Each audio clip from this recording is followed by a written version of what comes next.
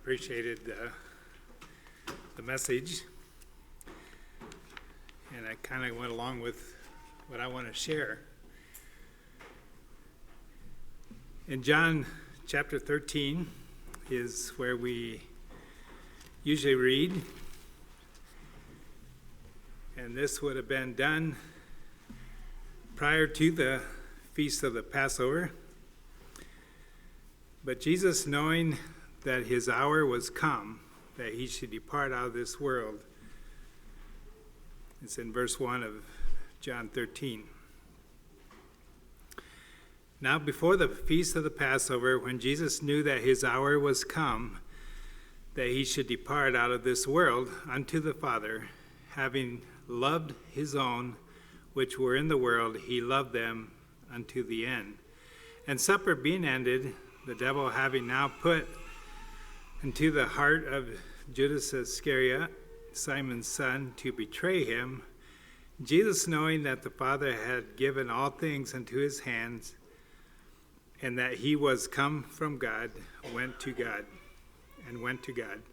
He riseth from supper, and this is interesting, knowing that the Father hath given all things unto his hands. Then verse 4, he riseth from supper, laid aside his garments, took a towel, and girded himself. And that he poured water into a basin and began to wash his disciples' feet, and to wipe them with the towel wherewith he was girded. Then cometh he to Simon Peter, and Peter said unto him, Lord, dost thou wash my feet? And Jesus answered and said unto him, What I do thou knowest not now, but thou shalt know hereafter. Peter saith unto him, Thou shalt never wash my feet. And Jesus says, If I wash thee not, thou hast no part with me. Simon Peter saith unto him, Lord, not my feet only, but also my hands and my head. And Jesus said unto him, He that is washed needeth not save to wash his feet, but is clean everywith, and ye are all clean, but not all. For he knew who should betray him. Therefore said he, Ye are not all clean. So after he had washed their feet, taken his garment, and was set down again, he said unto them, Know ye what I have done to you? Ye call me Master and Lord, and ye say, Well, for so I am.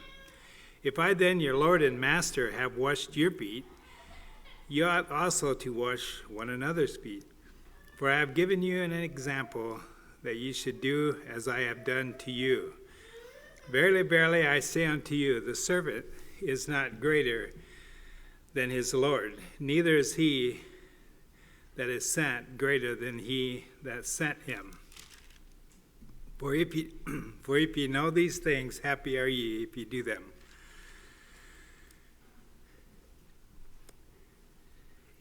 Jesus says, I have done this for an example for the disciples to follow, and I think he encourages us to continue doing that. In Philippians chapter 2, verse 7 and 8, or 7 to 11, it says, But he made himself of no reputation. He took upon him the form of a servant, and was made in the likeness of men. And being found in fashion as a man, he humbled himself and became obedient unto death, even the death of the cross, wherefore God also hath highly exalted him, and given him a name which is above every name, that at the name of Jesus every knee should bow, of things in heaven, and things in earth, and things under the earth, and that every tongue should confess that Jesus Christ is Lord, to the glory of God the Father. Jesus left us an example, made of himself of no reputation. In John chapter 10, verse 15 to 17, says, As the Father knoweth me, even so know I the Father. I lay down my life for the sheep. Other sheep I have, which are not of this fold. Them also I must bring, and they shall hear my voice. And there shall be one fold and one shepherd. Therefore doth my Father love me, because I lay down my life for the sheep. Jesus laid down his life for the sheep, for his loved ones. I want to go to Isaiah chapter 53. Thinking of what Christ did for us and the example he set for us. 53 verse 1 to 9. It says, "Who hath believed our report? And to whom is the arm of the Lord revealed? For he shall grow up before him as a tender plant, and as a root out of dry ground. He hath no form, no comeliness, and when we shall see him, there is no beauty that we should desire him. He is despised and rejected of men, a man of sorrows and acquainted with grief, and we hid it as it were our faces from him. He was despised, and we esteemed him not. Surely he hath borne our griefs, carried our sorrows, yet we did esteem him stricken, smitten of God, and afflicted. But he was wounded for our transgressions, he was bruised for our iniquities, and the chastisement of our peace was upon him. And with his stripes we are healed. All we like sheep have gone astray. We have turned every one to his own way, and the Lord hath laid on him the iniquity of us all. He was oppressed, he was afflicted, yet he opened not his mouth. He is brought as a lamb to the slaughter, and as a sheep before her shears is dumb, so he openeth not his mouth.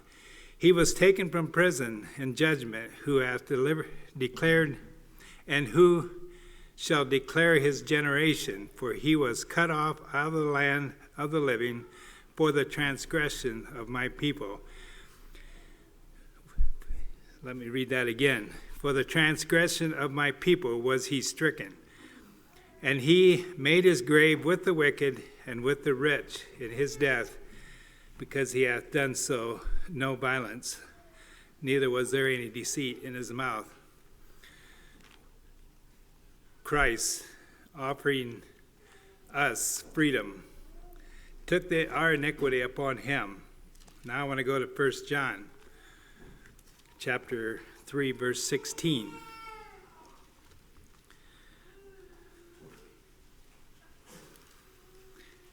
Thinking of what the example that Christ has left for us.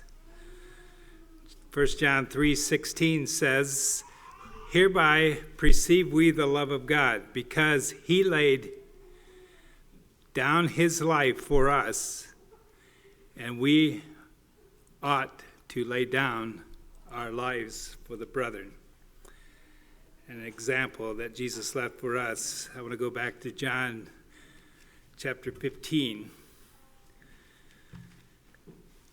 verse 13. "Greater love hath no man than this, that a man lay down his life for his friends." Thinking of what Christ has done for us and the example that he set for us, going back to the John 13 that I read. "For I have given you an example that ye should do as I have done."